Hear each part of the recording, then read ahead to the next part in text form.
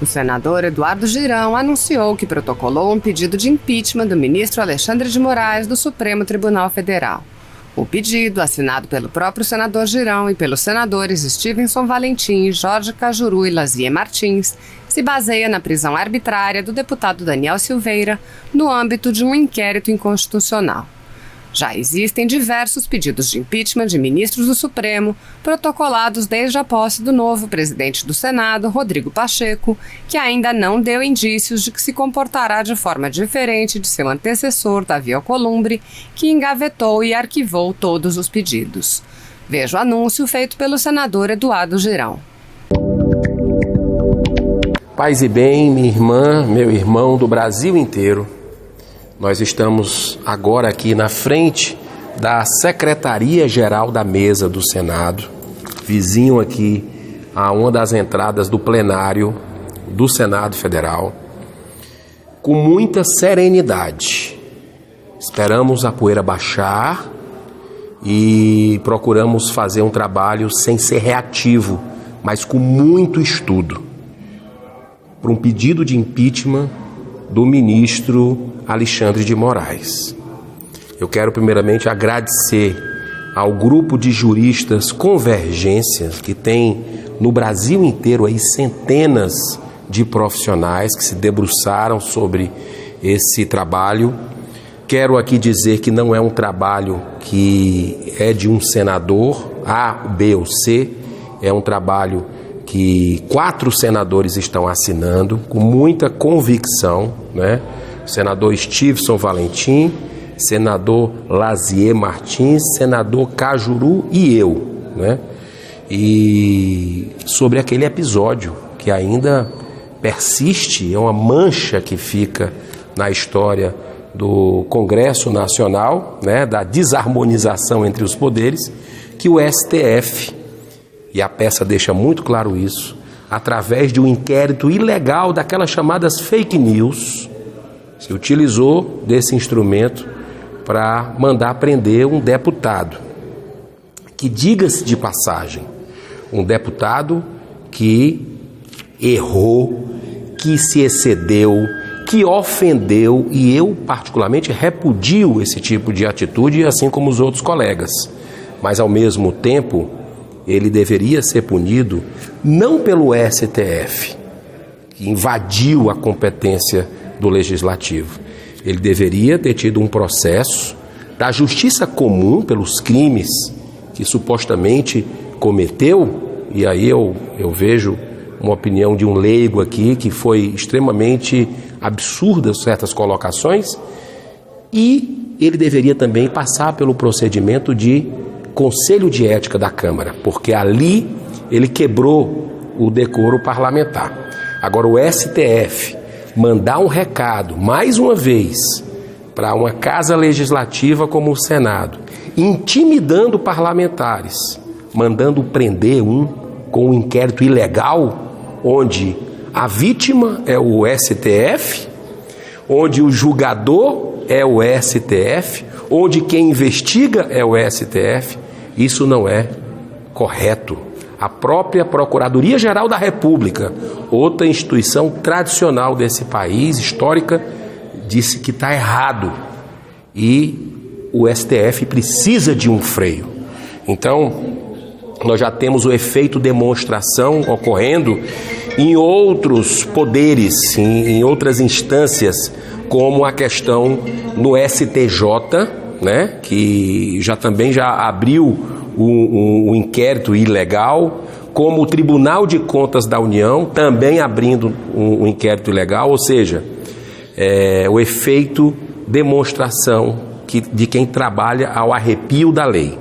Então, absolutamente nada contra a pessoa do ministro, mas aqui nós estamos para representar os estados que a gente foi eleito e também a maneira de pensar do povo brasileiro. Então, nessa peça também, o trabalho jurídico aqui demonstra claramente que houve aí uma parcialidade, quando quem presidiu a audiência de custódia foi o próprio secretário, né, que é lotado, um assessor que é lotado com o ministro Alexandre de Moraes. No momento que a gente está vendo lá na Câmara dos Deputados a PEC que eles chamam da imunidade, para mim uma PEC da impunidade, porque se eles quisessem fazer com que os parlamentares não tivessem uma casta acima da população, eles votariam lá o fim do foro privilegiado, que está há mais de 700 dias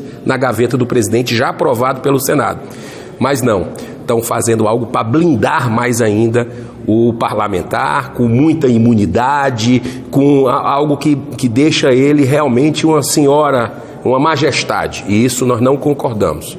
Eu acredito que parlamentar, ele tem a mesma jurisdição do povo brasileiro, não é diferente não, muito pelo contrário, nós estamos aqui para servir e não para sermos servidos e termos privilégios. Então acredito que esse pedido de impeachment é um pedido justo, um pedido sereno, com muita responsabilidade das pessoas que querem defender o que é certo, querem defender o Brasil. Muito obrigado, que Deus abençoe a todos.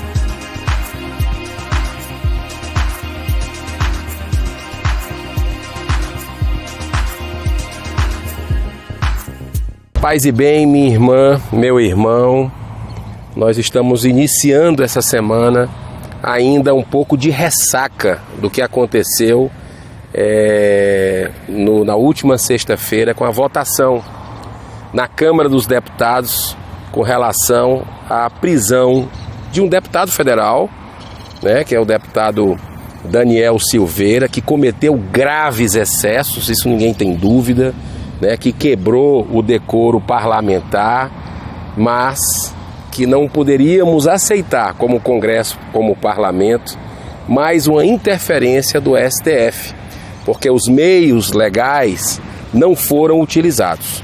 O deputado tinha que ser punido pela Justiça Comum, pela Câmara dos Deputados, no Conselho de Ética, é assim que diz a nossa legislação, mas não através de um tribunal totalmente ilegal, um inquérito inconstitucional, né, onde o Supremo Tribunal Federal, que é a vítima, também é o julgador, também é o investigador, ou seja, tem algo muito errado nisso tudo que está acontecendo no nosso país.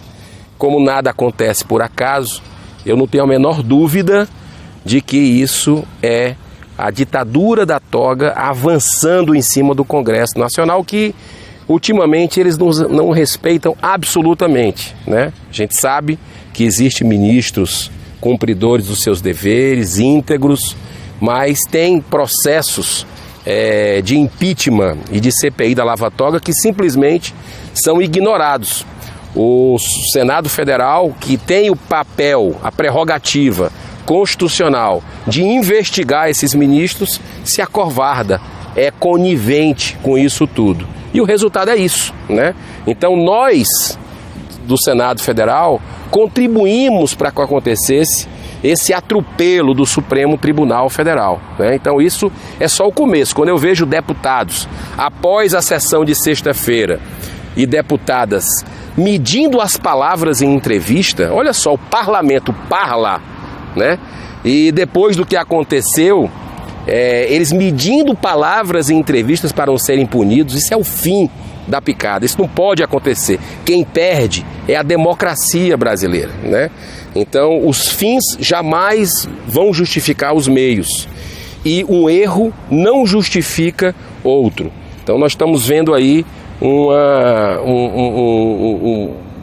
um absurdo ocorrendo, uma instituição acima das demais, que é o Supremo Tribunal Federal. Eu não tiro a razão da população que vê isso tudo atônita, não quero nem falar das decisões que eu já tenho me manifestado, decisões esdrúxulas que ocorrem na segunda turma, sabotando a Operação Lava Jato e outras operações, né?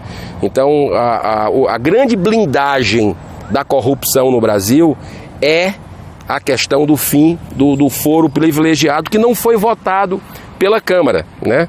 E se você pegar aí esse resultado, tem muito a ver com isso.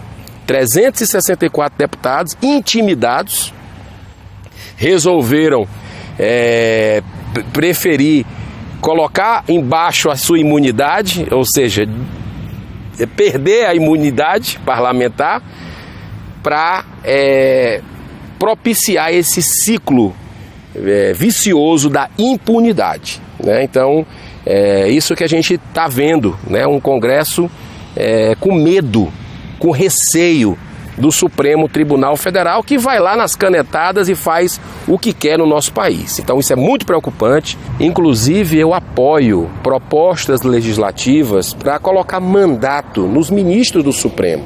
Isso é muito saudável também para a democracia. 8 anos, por exemplo, tá bom, tá de bom tamanho, não gera acomodação, não gera um sentimento de superioridade, a vaidade exacerbada, o orgulho que atrapalha muito até no senso da justiça.